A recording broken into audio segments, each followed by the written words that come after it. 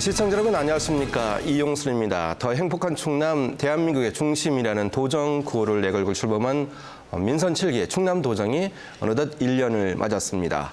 저출산, 고령화에서부터 복지에 이르기까지 다양한 정책을 펼치고 있는데요.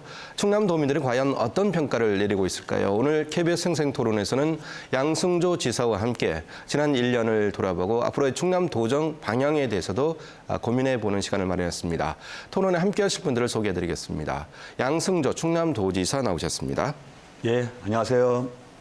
순천향대 행정학과 김학민 교수 나오셨습니다. 안녕하십니까? 충남시민재단 이상선 이사장 자리 함께했습니다. 예, 반갑습니다. 자, 이제 도정을 맡으신 지 1년을 맡고 계신데요. 1년 동안에 여러 가지 일을 펼치고 계셨는데 어떻습니까? 개인적으로 보시기에 좀 만족하십니까? 예, 만족한다기보다는 최선을 다한 1년이었다라고 생각하고요. 정말 쉼 없이 정말 그 눈꽃을 새 없이 바쁘게 달린 1년이었다 생각하고요. 우리가 충청남도는 도정의 목표가 뚜렷하게 4가지가 있습니다. 4가지요? 예, 먼저 사회 양극화를 해소해서 220만 충남도민이 더불어 잘 사는 충남이 돼야 된다. 또 고령화 시대를 맞이해서 어르신이 행복한 충남이 돼야 된다. 또 국가의 존망과도 달려있는 저출산 문제를 극복하기 위해서 아이 키우기 좋은 충남을 만들어야 된다. 이런 걸 잘 뒷받침하기 위해서는 충청남도야말로 가장 기업하기 좋은 충남이 돼야 된다는 4가지 목표가 있는데 이런 4가지 도정 목표에 대해서 토대를 마련한 한 해였다. 그러면서 좀 남의 성과가 있었고 그런 과정에 충남 도민 여러분께서 우리 공직자의 많은 공직자들께서 함께해 주시고 지원해 준 것에 대해서 이 자리에 들어서 감사 인사를 드리겠습니다. 이제 저 지사직을 맡기 전에 이제 국회 보건복지위원장을 하셨기 때문에 복지 분야는 아무래도 이제 강한 면모를 보이고 계시는데 객관적으로 평가하시기에는 어떻습니까? 좀 아쉬운 점도 일부 있지 않을까요? 뭐 복지뿐만 아니라 이게 경제 분야에서도 미래 성장 동력을 창출하는데 조금 더 소홀하지 않았다라고 생각하고요. 물론 여러 가지 저는 그 충청남도에서 시행하는 여러 가지 제도가 이 대한민국 전체의 어떤 모델로 됐으면 좋겠다는 정책이 몇 가지가 있습니다. 예컨대 우리 충청남도 공공기관에서는 8세 이하 아이를 둔 부모님이 1시간 늦게 출근하고 1시간 일찍 퇴근함으로써 일가 가정의 양립이 가능하게 하는 제도를 이미 시행하고 있거든요.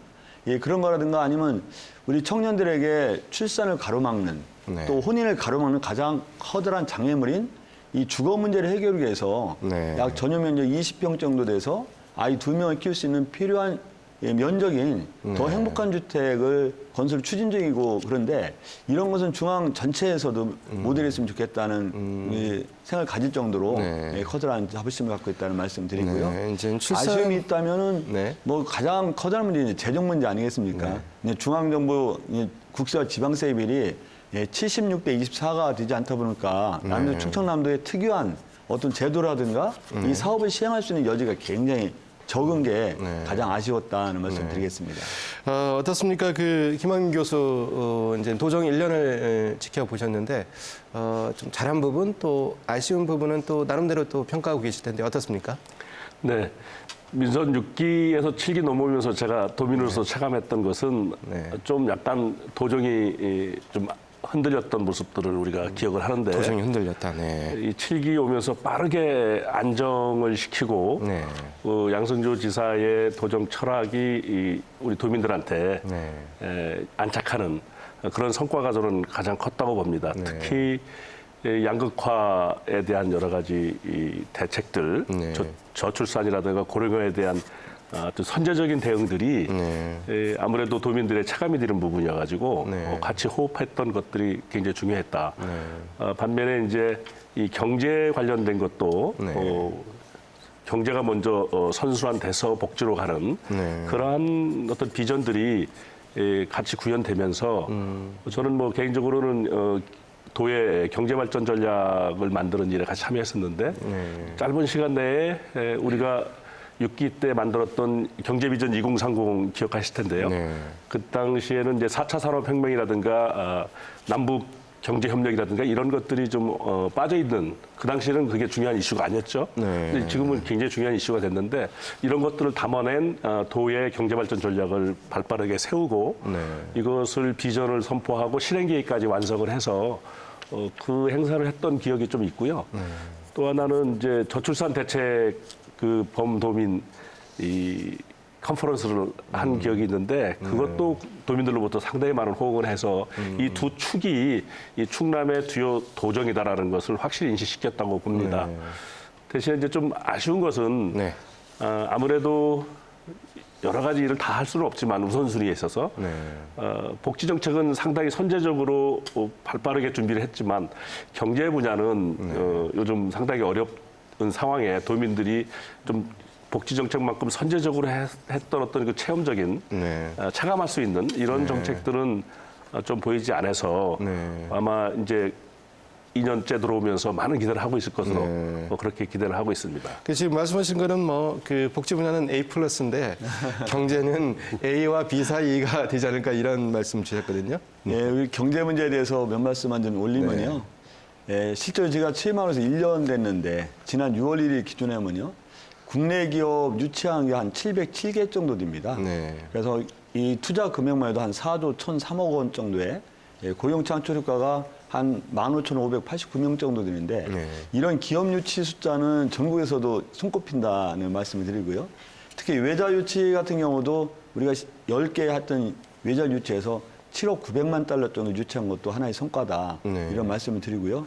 우리 김한민 교수님 말씀처럼 이게 경제 문제가 대한민국 전체의 구조적인 문제 또 어떤 경기적인 문제에 대해서 여러 가지 어려움이 있는 건 사실인데 충청남도는 말씀드린 대로 이런 미래성장 동력 창출에 조금 더 소홀하지 않고 아까 말씀드린 가장 기업화의 좀 충남을 통해서 국내 기업을 유치하고 또 창업의 생태계 환경을 잘 조성하고 외자 유치를 통해서 미래성장 동력을 창출하면서 지속 가능한 충남 경제를 위해서 꾸준히 노력하겠다. 이런 의지의 말씀도 아울러 드리겠습니다. 지금 이제 우리 국내 경기의 구조적인 문제 언급하셨는데 그런 구조적인 문제에 이제 덧붙여서 일본 정부가 이제 반도체 소재 수출을 이제 제한하는 그러한 조치였는데 천안 아산 지역의 반도체 산업이 좀 위축되지 않을까 이런 우려가 지금 경제계 전반에 이제 걸쳐서 나오고 있는데 어떻습니까? 좀 대응 전략이 좀 손쉬운 건 아니거든요. 네, 그렇습니다. 하여튼 일본의 이번 그 조치는 자본주의 무역 질서 경제에서 아주 심히 유관스러운 일이었다는 말씀을 드리고요.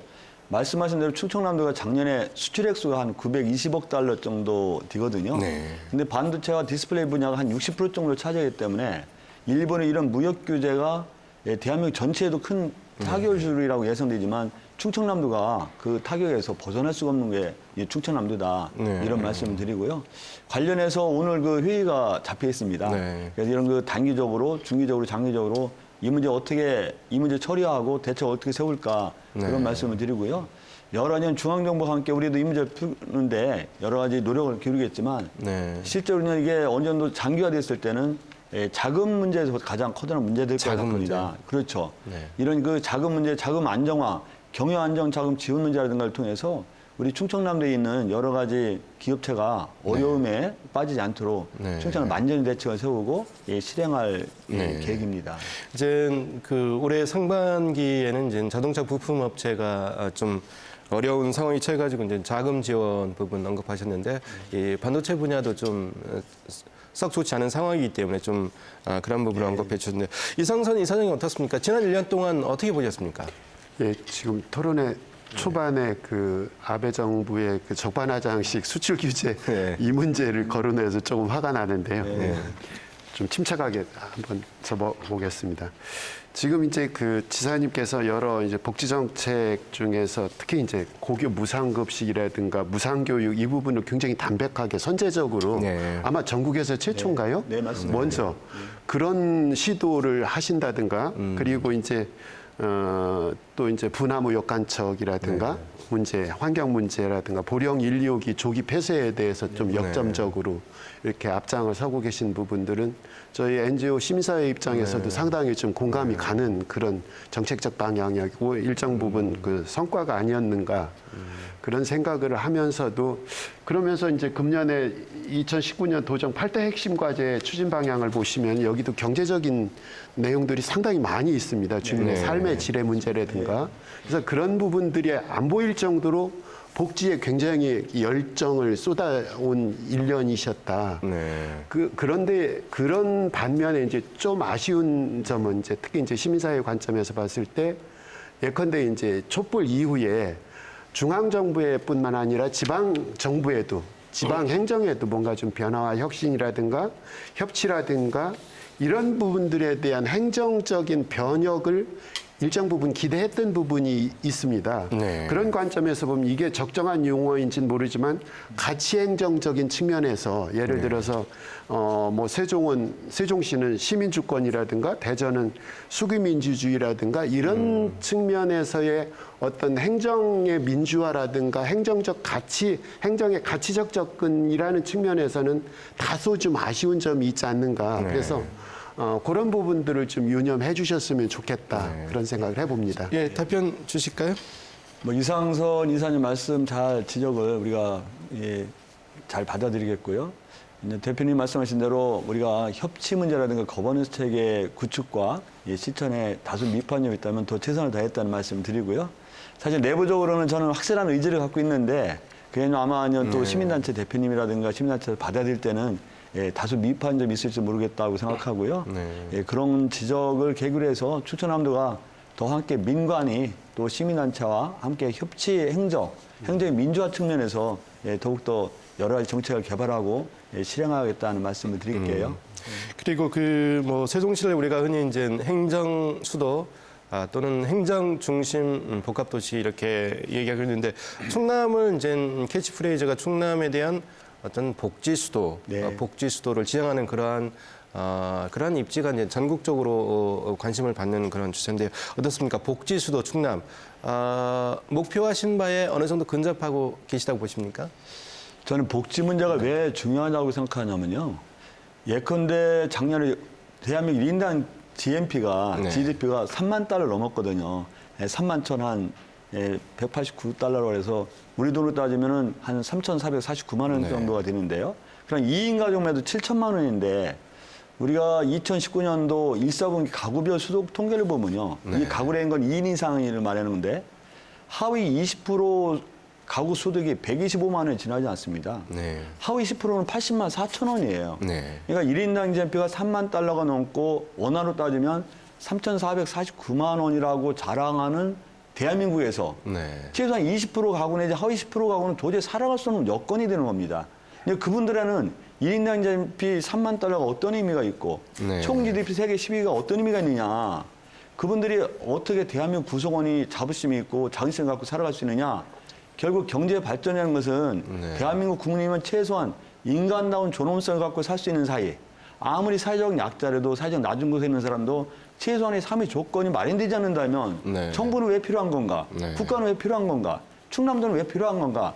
그런 관점에서 보면 경제 발전이야말로 국민이 어떤 삶의 가치를 높이고 인간들이 살 수 있는 사회를 만들어가는 거 아니겠습니까? 그래서 저는 그런 면에서 볼 때 경제의 중요성을 충분히 인식하지만 경제 발전과 성장 못지않게 중요한 게 이 복지 문제다. 그런데 천착해서 우리가 더불어 잘 사는 충남을 만들어야 된다는 것이 도저히 기본 목표로 삼겠다는 점도 말씀을 드릴게요. 지금 복지 정책이 흔히 이제 어떤 저소득층의 최소한의 생활 기반을 어떤 만족시켜주는 그런 데 그치고 있는데 이제 지사께서는 어떤 자립할 수 있는 어떤 경제적인 여건 그런 것까지도 신경 쓰는 그런 말씀을 주셨는데 이제 지향점이 그런 거지 않습니까? 그래서 현재 나아가고 있는 방향이 잘 되고 있는 것인지 좀 부족한 점은 없는 건지 좀 의견을 주실까요? 어떻습니까? 먼저 어느 분이? 예, 제가 먼저 하겠습니다.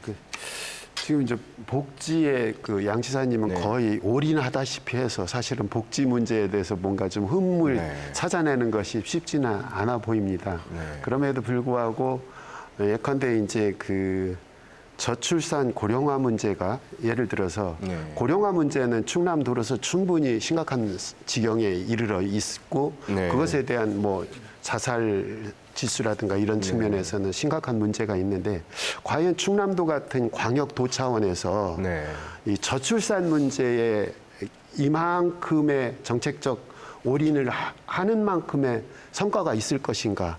저출산 고령화 문제가 국가적 과제이면은 분명히 저도 인식을 같이 합니다만 저출산 문제 같은 경우에는 비교해 보면은 광역시나 대도시 같은 데에서의 그러니까 출생 가능한 연령대에 그런 분들 주민 비율 수하고 충남도는 상대적으로 고령화 문제라든가 이런 측면에서 봤을 때 이게 과연 행정적으로 그 저출산 문제를 얼마만큼 끌어들여서 거기에 올인을 해서 이게 성과를 가져올 것인가에 대해서는 저는 일정 부분 한계가 있지 않겠는가. 사실은 그런 느낌이 들고요. 그리고 이제 이 정책적인 투입 부분에서 제가 아까 잠깐 언급은 드렸습니다만 협치적인 관점에서 시민사회적 관점에서 보면 정책을 수립하고 그것을 시행하는 과정에 일종의 이제 공급 행정 중심으로 지금 경도돼 있는 그런 아쉬움이 좀 보이거든요.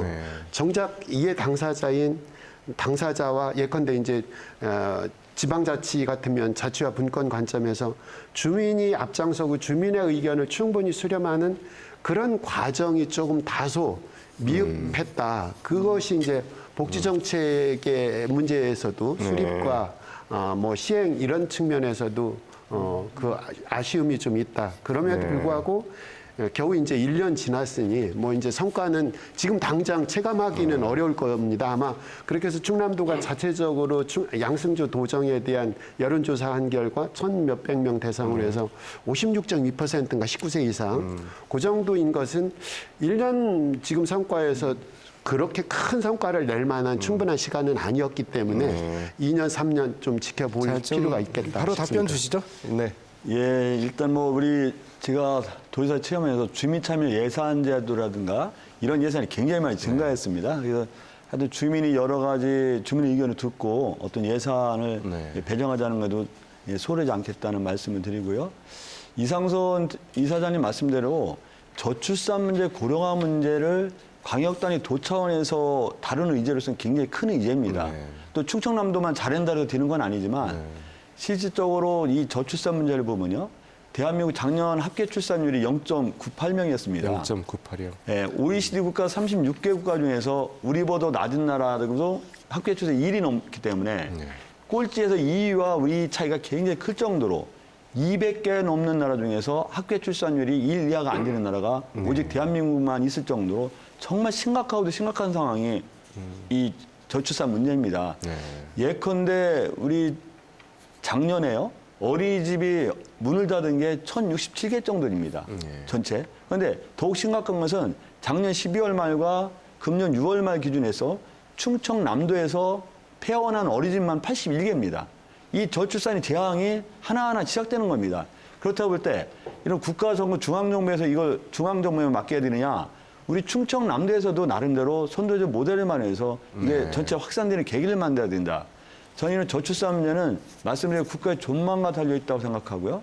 정말 의병장의 심정으로 독립운동원의 심정으로 이 문제를 대처하자면 안 된다. 그래서 어느 정도 투자해서 그 효과가 나타날 것이냐라는 의문도 제기할 수 있고 희일론적인 시각이 있을 수 있지만 그 투자를 안 되면 더 투자를 해서라도 우리가 이 문제를 반드시 극복해야 될 과제라고 생각하기 때문에 충청남도가 17개에서 가장 앞장서서 이 문제를 해결하자. 또 한 가지 분명히 말씀드릴 것은요. 저출산 문제를 극복하는 것은 바로 어떤 낭비적 소모적 요소냐 그렇지 않습니다. 저출산의 원인을 해결해야만 저출산이 극복되는 건데 저출산의 원인 하나하나가 그 해결할 때 GDP가 올라가고 지속가능한 발전이 담보되고 충남도민이 행복합니다. 그래서 청년 실업 문제라든가 아니면 비정규직 문제라든가 저임금 문제라든가 높은 주거비용, 일가 가정의 양립 어려움 문제라든가 사교육비 문제라든가 양극화 문제인데 이거 하나하나가 해결하는 것이 저출산 문제를 극복하는 것이고 이 해결하는 것이 바로 충청남도의 도민이 GDP를 올리고 행복지수를 높이고 지속가능한 충청남도를 만드는 것이기 때문에 절대 이게 소모적이고 낭비적 요소가 절대 아니다. 라는 점 분명하게 예, 말씀드리고자 지금 합니다. 이제 그 의병장의 심정으로 이 정책을 다루고 있다 이런 말씀까지 주셨는데 어떻습니까? 좀 아쉬운 점이 있고 앞으로 좀 이 부분은 좀 개선해야 된다 이런 의견이 있다면 어떻습니까? 김학민 교수? 네. 그 고용이 복지의 최선이라는 말이 있습니다. 좀 전에 우리 양 지사께서 언급하신 게 그런 차원에서 하시는 말씀이죠.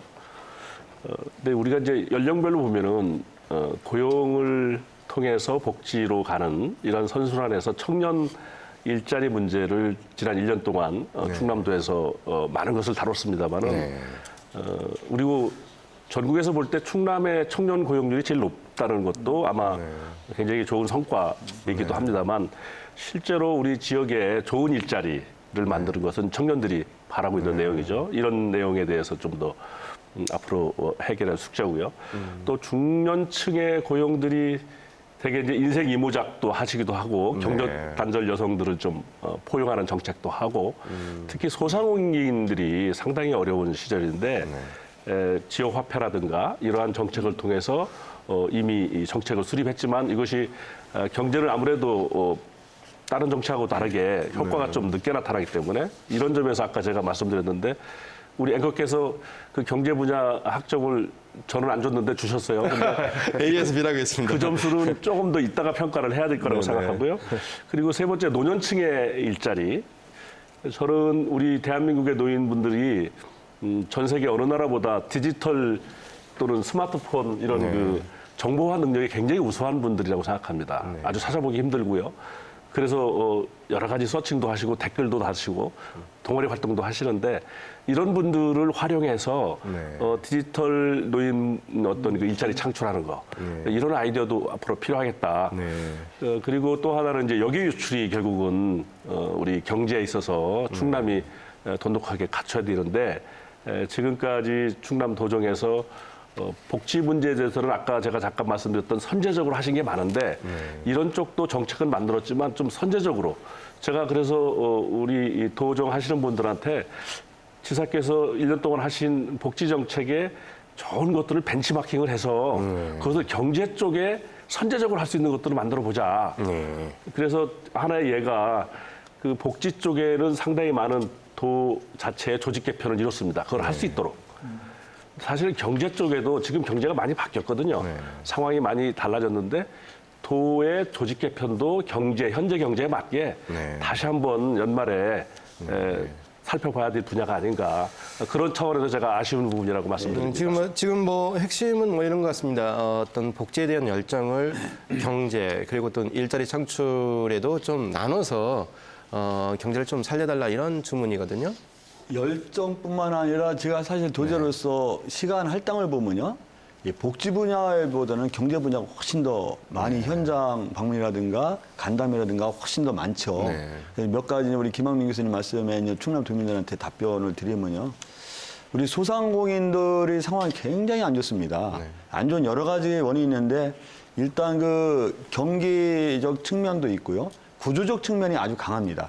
대한민국의 어떤 대기업 중심, 수출 기업 중심 이런 중심이다 보니까 소상공인이 굉장히 취약할 수밖에 없는 거예요. 자영업자를 해서. 그래서 이분들의 삶이 정말 말이 아닐 정도로 정말 비참할 정도 어려운 상황이 소상공인 자영업자분들의 상황이라는 말씀을 드리고요.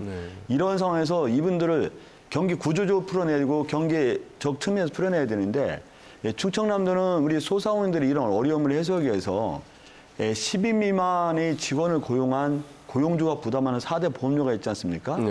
두루누리 사업에 포함되는 분들에 한해서는 4대 보험료를 충청남도가 지급을 합니다. 그래서 어려움을 함께 해소하자는 말씀을 드리고요. 또 자영업자분들의 비율이 대한민국 대략 한 25% 정도 내인데 이게 우리보다 낮은 나라가 일본인데 그 다음으로 여기 한 13%, 14%밖에 안 되거든요. 유럽이라나 미국은 10% 정도가 안 됩니다. 굉장히 소상 취약할 수밖에 없는 게 일단 자영업자 비율이 굉장히 많은 것도 어떻게 풀어낼 것인가 이런 문제가 있고요. 아까 청년 일자리 문제를 말씀하시는데요. 충청남도 청년 CO500이라든가 청년 창업 사관학교라든가 여러 가지를 통해서 청년 일자리 창출에도 굉장히 많은 관심 기울이고 또 청년 노동 정책관을 만드는 것도 그 의지의 표현이라고 생각합니다. 그래서 우리 김학민 교수님 말씀하신 대로 충청남도가 여러 가지 전국적으로 어려운 상황에 우리도 피해갈 수 없는 건 맞지만 최소한 충청남도 청년의 고용률이 17개 시도 중에서 한 48.2% 정도 우리가 1위라는 것도 나름대로 노력한 산물이 아닌가 그런 생각이 들고요. 이제 죄송하지만 이제 복지와 이제 경제 분야 어떤 전체적인 그러한 부분은 이제 이쯤에서 정리하고 좀 정책 세부적인 부분으로 좀 들어가 볼까요? 75세 이상 버스비 무료 좀 시행하고 있거든요. 어떤 차원에서 이런 정책을 펴고 계신지 짤막하게 좀. 두 가지 차원인데요. 일단 75세 이상 어르신들이 시내버스와 농어촌 버스 할 때 무료라는 사업을 7월 1일부터 시행하고 있는데 두 가지 측면입니다. 첫째는 서울이라든가 부산이라든가 대전 같은 경우는 전철이 다니지 않습니까? 네. 도시철도와 전철은 노인복지법에 의해서 65세 이상을 탔을 때 무료예요. 네. 근데 충남의 많은 지역은 이 전철이 다니지 않잖아요. 그럼 일단 대도시 어르신과 충남 어르신들의 형평성 차원에서 문제가 있다. 네. 그게 이제 그 제도를 도입한 취지의 하나이고요. 두 번째는 어르신들이 여러 가지 경제 문제라든가 그러니까 활동을 활발히 못합니다. 네. 또 여러 가지 노인 빈곤율이 압도적 1위가 대한민국이거든요. 네. 이러면서 경제적으로 어렵고 활동이 약한 어르신들에게 버스비를 무료로 함으로써 많이 움직이셔갖고 네. 건강도 도모하고 여가도 도모하고 우리가 어떤 생활비도 좀 절약하는 차원에서 네. 그러니까 한마디로 어르신의 행복한 충남을 만든다는 차원에서 이 제도를 도입했다. 네, 그런 말씀 드립니다. 알겠습니다. 좀 좋은 정책인 것 같습니다. 그리고 이 정책을 반기는 분이 의외로 많을 듯 싶은데요. 문제는 뭐 재정, 뭐 여러 가지 어떤 다른 지자체로 확산되기도 또 일정 부분에 걸림돌은 없지 않나 이런 생각이 드는데요. 두 분은 어떻게 평가하고 계십니까? 어느 분이 먼저 예, 제가 말씀을 주실까요? 네. 지금 이제 그 평균적으로 버스비 75세 이상 이렇게 하면은 지금 실질적으로 농촌 같은 데서 네. 버스를 타러 가는 그 거리도 만만치 않고 네. 버스의 운행에서도 한정적으로 돼 있고 또 이제 급할 때는 물론 이제 119나 이런 신고도 하겠지만은 그래도 필요시에는 예컨대 이제 뭐 100원 택시나 이런 사례도 있지 않습니까? 그렇죠. 근데 그런 내용을 버스비만 지원할 것이 아니라 그렇게 저렴하게 필요할 때 꼭 이제 집에까지 댁에까지 가서 이렇게 이용할 수 있는 그런 교통 편의 정책을 도가 혼자 하지 말고 물론 이제 15개 시군하고 업무 협약도 하셨지 않습니까? 이 내용에 택시도 좀 일정 부분 택시 이용 뭐 티켓이라든가 횟수라든가 이런 걸 좀 재정이 여건 허락하는 한에서는 그런 것도 좀 한번 고려해 봤으면 좋겠고요. 그리고 이제 통상적으로 보면은 지역에서 이 운수 종사자들의 이 노인들에 대한 그 거동 불편한 분들에 대해서 친절도를 좀 높이는 그런 세부적인 세심한 배려까지 좀 이어졌으면 좋겠다. 재정적인 측면뿐만 아니라 자, 그런 바로 이제 답변으로 이어질까요? 네. 말씀드린 대로 시내버스를 우리 활용할 수 없는 분들 또한 계신 거예요. 맞습니다. 그래서 일부 15개씩은 이미 100원 택시 제도를 도입해서 실행하는 게 있는데요. 이걸 연계해서 그 어르신들에게 어떤 교통복지에서 소홀함이 없도록 해야 되겠다는 말씀을 드리고요. 하여튼 친절도를 높이는 교육 같은 경우는 저희가 그분들의 누차 강조한 게 이분들이 혹시라도 무료로 타함으로 해서 이걸 갖다 약간 기차게 생각한다든가 아니면 친절도에서 차별이 있어서 안 된다. 예, 그런 것도 좀 말씀을 좀 이미 드린 상태다 말씀드리고요. 더불어서 이제 우리 어르신들이 그럴 리는 없지만 혹시라도 이 좋은 제도를 도입하는데 이거를 다른 사람을 타인에게 대여한다든가 그런 거는 절대 또 안 해주시는 것만이 이 좋은 제도가 잘 지속 가능하게 이어질 수 있다는 말씀을 드리겠습니다. 네, 김학민 교수께서는 어느 각도에서 어느 관점에서 이런 정책을 좀 보시고 계십니까?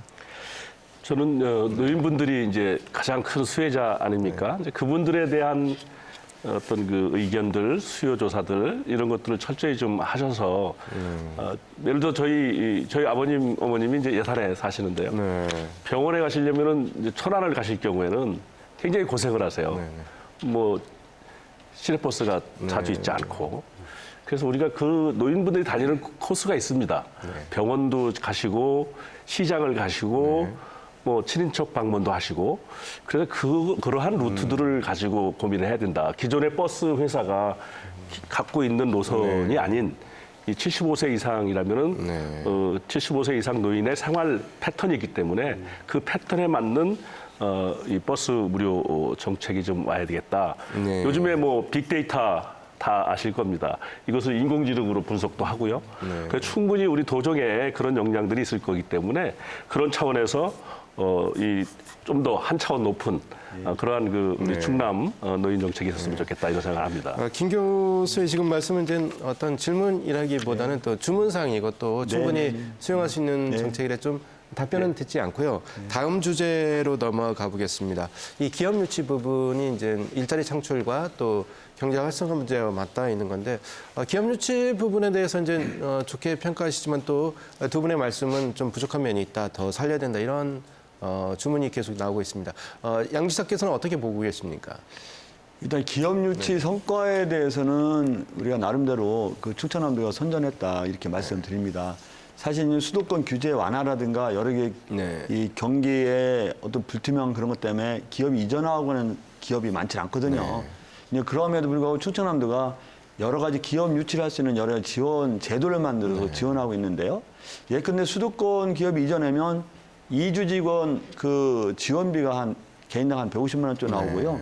가족이 내로서 한 1,000만 원 정도가 지원합니다. 또 그뿐만 아니라 수도권 이전 기업이 본사를 이전한다면 설비 투자 금액 한 10% 정도까지 지원하고 또 우리 충청남 도민을 신규 채용했을 때는 설비 투자 금액 7% 정도를 우리가 지원합니다. 그런 여러 제도와 함께 그런 환경을 만들면서 2000지가 퇴임하는 6월 1일까지 한 707개의 기업을 유치했다 아까 말씀드리지 않았습니까? 이거는 한 4조 한 1,003억 정도 되는데 이것은 나름대로 좀 커다란 성과였고 우리가 더욱더 분발해서 우리가 목표로 한 740개 정도 이런 이 문제를 반드시 달성하고자 하는 확실한 의지를 갖고 있다는 말씀을 드릴게요. 지금 그 양 지사께서 말씀하신 어떤 상황이 좋지 않은데 기업 유치 700여 개 했다는 말씀은 아마 제조업의 어떤 상품 과잉 생산이죠. 그래서 이제 설비 투자 수요가 많지 않은 상황에서도 지역의 어떤 기업 유치 나름대로 성과가 있었다 이런 말씀이었는데 두 분 평가 어떻게 내리고 계십니까? 예, 제가 먼저 말씀드리겠습니다. 사실 요즘 기업 유치하기 정말 힘든 시기거든요. 그래서 저희들 바람은 수도권 규제가 완화된 상태에서는 더더욱 그 기업 유치하는 것이 어려워진 것인데 이러한 입법적인 것을 위해서도 사실은 우리 지역에 있는 국회의원분들이 좀 더 관심 갖고 해줘야 될 부분이라고 생각되고요. 두 번째로는 이제 외국 기업들이 우리 이제 충남에 자동차 뭐 디스플레이 관련된 기업들이 많이 관심 갖고 오는데요. 특히 또 요즘에 수소 에너지라든가 2차 배터리라든가 이런 쪽에 관심이 많은데요. 우리 도 차원에서 지금 다양한 어떤 그 해외 루트를 통해서 발굴하고 있지만 우리 한국 특히 충남 출신의 외국에 있는 기업인들이 애정이 많습니다. 우리 충남에 대해서. 그런 분들을 많이 활용해서 다시 유턴할 수 있도록 한다든가 또는 그쪽에 좋은 기업들을 알선해 준다든가 뭐 그런 활동들을 좀 더 해서 활성화를 해야 되겠다라는 생각도 해보고요. 두 번째는 우리가 이제 충남이 하나 아쉬운 것은 거점 도시가 없어요. 거점 도시. 수보 도시는 있죠. 뭐 가장 큰 도시는 천안이 있지만 이 15개 시군에 다 연결해서 이런 기업과 또는 복지 정책과 다양한 환경 정책이 할 수 있는 거점 도시는 당연히 내포거든요. 근데 내포가 지금 사실은 어려운 상황이라고 저는 생각합니다. 그래서 충남의 전반적인 기업 유치의 중심을 앞으로는 내포 중심으로 기업 유치를 좀 하고 내포가 이제 정주 여건과 그리고 관련된 기업 여건들이 좋아짐으로써 충남 전체가 역동적으로 변하는 그런 그 장기 비전도 기업 유치에 있어서 지금 우리가 고려해야 될 사항이라고 생각합니다. 지금 이제 말씀은 충남 북부 지역의 어떤 그 기업 설비 투자는 어느 정도 어떤 수준에 와 있기 때문에 내포 신도시를 중심으로 충남 서부 지역에 대한 어떤 발전을 좀 이끌어달라 이런 주문인 것 같습니다. 예, 그렇습니다. 하여튼 뭐 천안, 아산이 그 한 인구가 100만 정도 되거든요. 한 뭐 그 50%는 안 되지만 220만에서 한 100만 정도가 굉장한 인구 규모로부터 엄청난 위치를 차지하고 있죠. 예, 천안, 아산은 천안, 아산대로 첨단 산업을 통해서 더욱 발전시켜야 됩니다. 그래서 나름대로 경제적 거점의 역할을 해야 된다고 생각하고요. 내포 같은 경우는 충청남도 도청의 소재지이자 또 또 환화해권이 중심지로 충분히 발전할 가능성이 있는 지역이기도 하거든요. 이 도청이 있고. 그래서 앞으로 내프를 환황해권의 중심 거점들을 만들 수 있도록 여러 가지 정책을 마련하고 실행할 각오다. 이런 말씀을 드리고요. 그러면서 볼 때 서해안권, 뭐 중국과의 가장 친한 거리가 서해안권 아니겠습니까? 그래서 지금 대산에서 중국까지 정기 여객선도 우리의 취항을 지금 준비하고 있다. 2022년이죠? 예, 그거보다 약간 늦을 것 같은데요. 예, 준비를 하고 있다는 말씀을 드리고요. 또 여러 가지 뭐 궁극적으로는 우리가 중국하고 서해안권에서 어떤 해저 터널 같은 경우도 내부적으로는 준비를 하고 있다는 말씀을 드립니다. 해저 터널이요? 좀 예. 그 예를 들면 대산에서 중국과의 거리가 가장 가깝거든요. 200km. 334, 네네. 예, 340km 정도 안 되는데 하여튼 대한민국과 중국의 가장 가까운 해저거리면서 이게 만약 현실화된다면 그거는 해저터널을 통해서 어떤 고속도로가 다니고 철도가 다닌다는 것은 중국의 그 엄청난 인구와 이 대한민국 사이 특히 충남 서부권과 충남 연결하는데 엄청난 통로가 되리라고 생각하고요. 이 문제에 대해서도 외부에 뭐 이렇게 뚜렷하게 공표는 아니지만 내부적으로 좀 철저하게 검토하고 연구했다 말씀을 드리고요.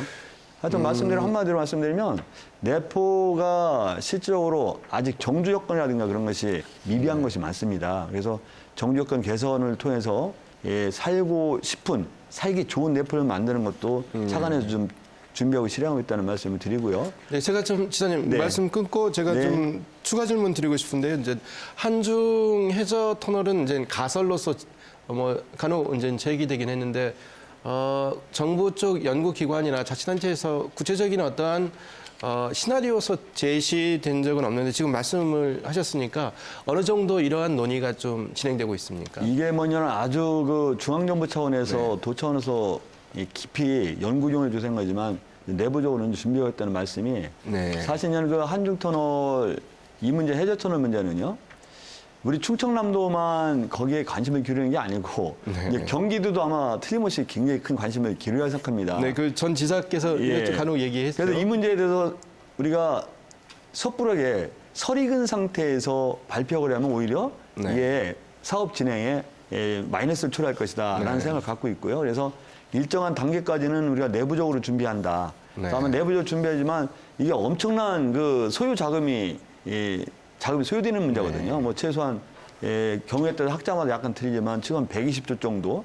그러면 중국이 반 부담하고 우리가 반 부담해도 한 60 정도 아니겠습니까?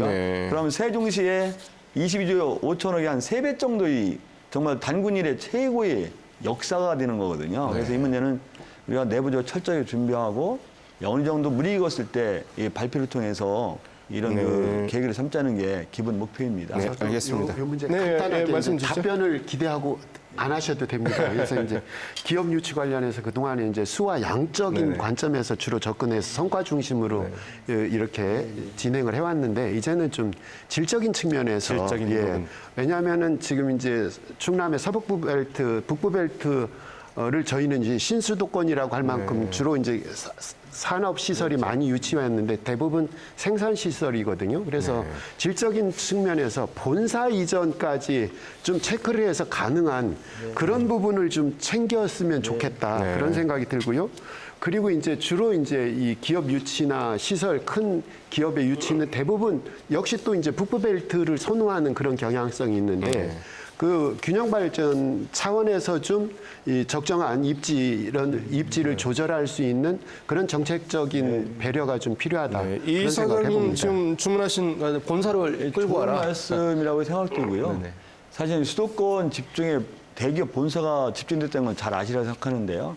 대한민국 뭐 수도권 전체 집중이 한 85%가 넘거든요. 지방에 있는 건 별로 안 되는데 대기업 본사가 오는 게 가장 바람직한데 여러 가지 인연은 그 대한민국 경제 여건상 정치 여건상 그게 쉽지는 않으리라고 생각합니다. 그래서 충청남도는 비록 기업 규모가 크지는 않을지라도 수도권에 있는 기업이 본사가 이전해 왔을 때는 말씀드린 대로 투자 설비금의 10%까지 지원한 건 큰 금액이거든요.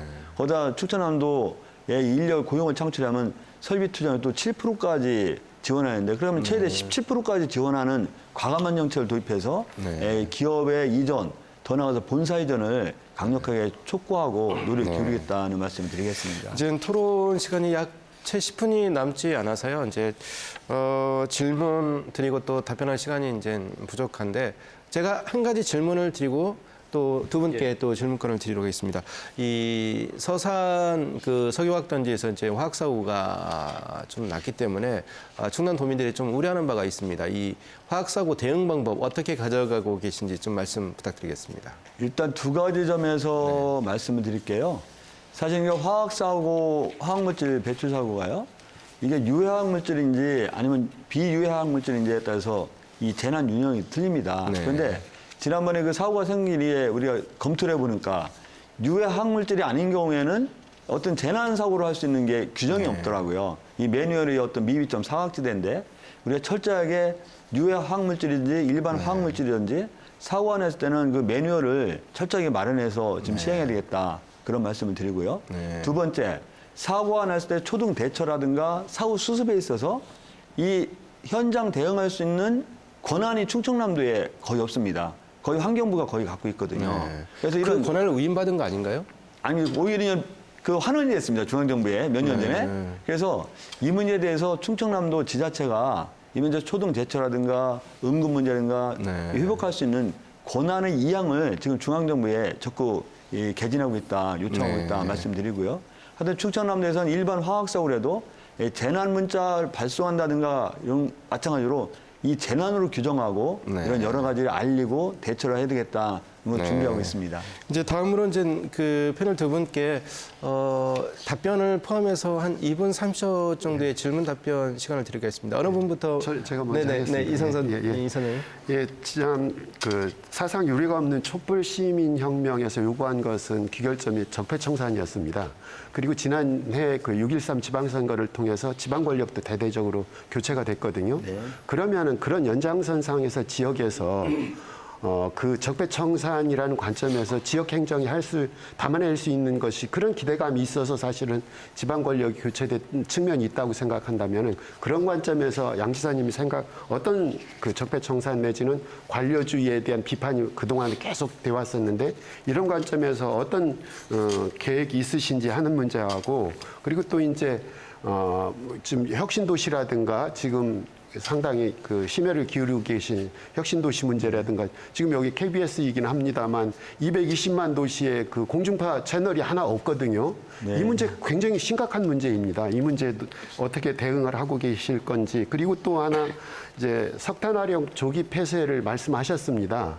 이제 보령 1, 2호기 이것에 대한 구체적인 로드맵이라든가 그 이후에 일자리라든가 지역 경제 차원에서 폐쇄만 능사가 아니다 그런 생각을 가지고 계신 것 같은데 거기에 대한 대안을 혹시 가지고 계신지 쉽게 짧게 질문을 한 네 가지 주셔가지고요. 한 1분 정도만 답변하시고요. 김한민 교수 질문도 있거든요. 일단 적폐청산 문제는 중앙정부의 사법부를 통해서 하는 게 기본적인 방향이죠 하죠. 그래서 만약 우리 충남도에 어떤 적폐라고 할 수 있는 거라면 한번 제도적으로 마련해서 그 청산에 대한 의지를 갖고 한번 해보겠다는 말씀을 드리고요.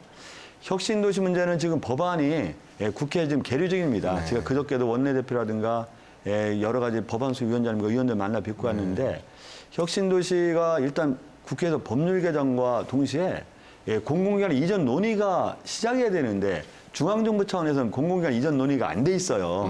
그래서 일단 법으로 통과를 요청하는 건데 금년에 정기 후기 때까지는 법 통과해서 최선을 다하겠다는 말씀을 드리고요. 그런 가운데 우리 시민단체부터 충남도민 여러분께서 좀 역량을 좀 결집해달라. 우리 충남도민이 여망이 이렇다, 열망이 이렇다. 그래서 지금 100만 서명운동을 하고 있는데 여기서 좀 적극 함께 해주면 좋겠다는 말씀을 드리고요.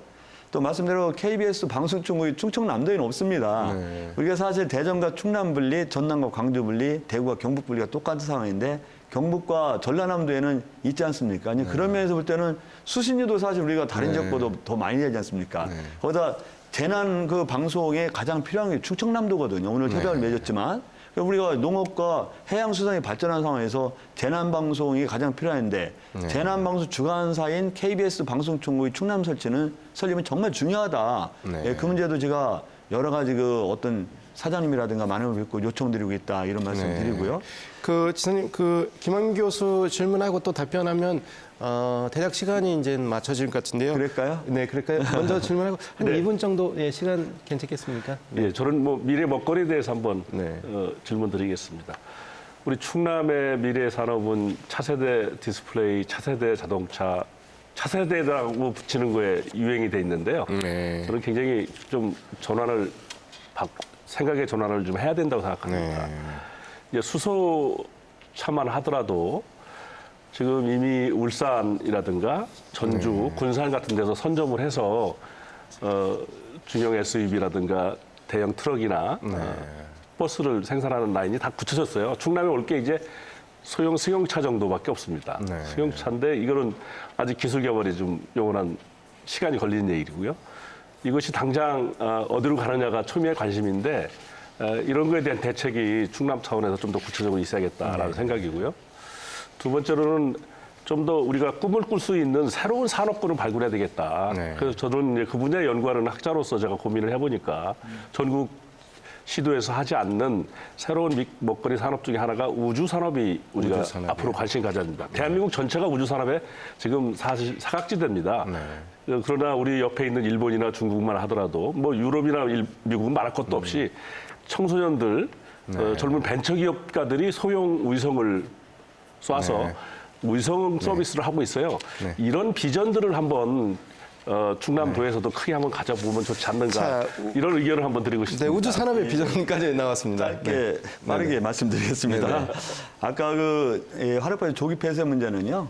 우리가 조기 폐쇄만 주장하는 게 아니고 우리가 친환경 발전소로 전환돼야 된다. 그래서 고용 창출과 어떤 지역 경제를 함께 살리는 방향으로 가고 있다는 말씀 드리고요. 충청남도가 대한민국을 넘어서 아시아에서 처음으로 탈석탄 동맹에 가입했다는 걸 잘 아시라 생각하고요.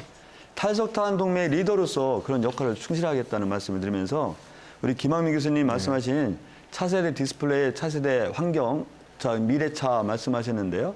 이런 미래차 부분에 대해서는 우리가 충분히 그거에 대해 인식하고 지난번에 그렇지 않아도 현대자동차를 방문해서 미래차, 어떤 친환경 자동차의 생산기지 문제에 대해서 깊이 논의한 바가 있다는 말씀을 드리고 그중에 전혀 소홀하지 않겠다.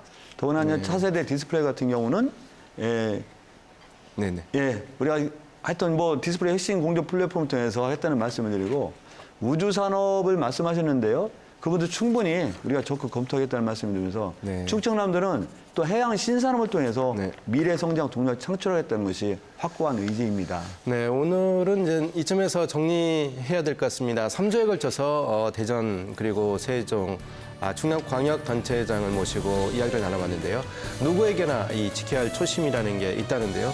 처음의 마음 잊지 않으시기를 바랍니다. KBS 생생토론 여기서 마치겠습니다. 시청해주신 여러분 감사합니다.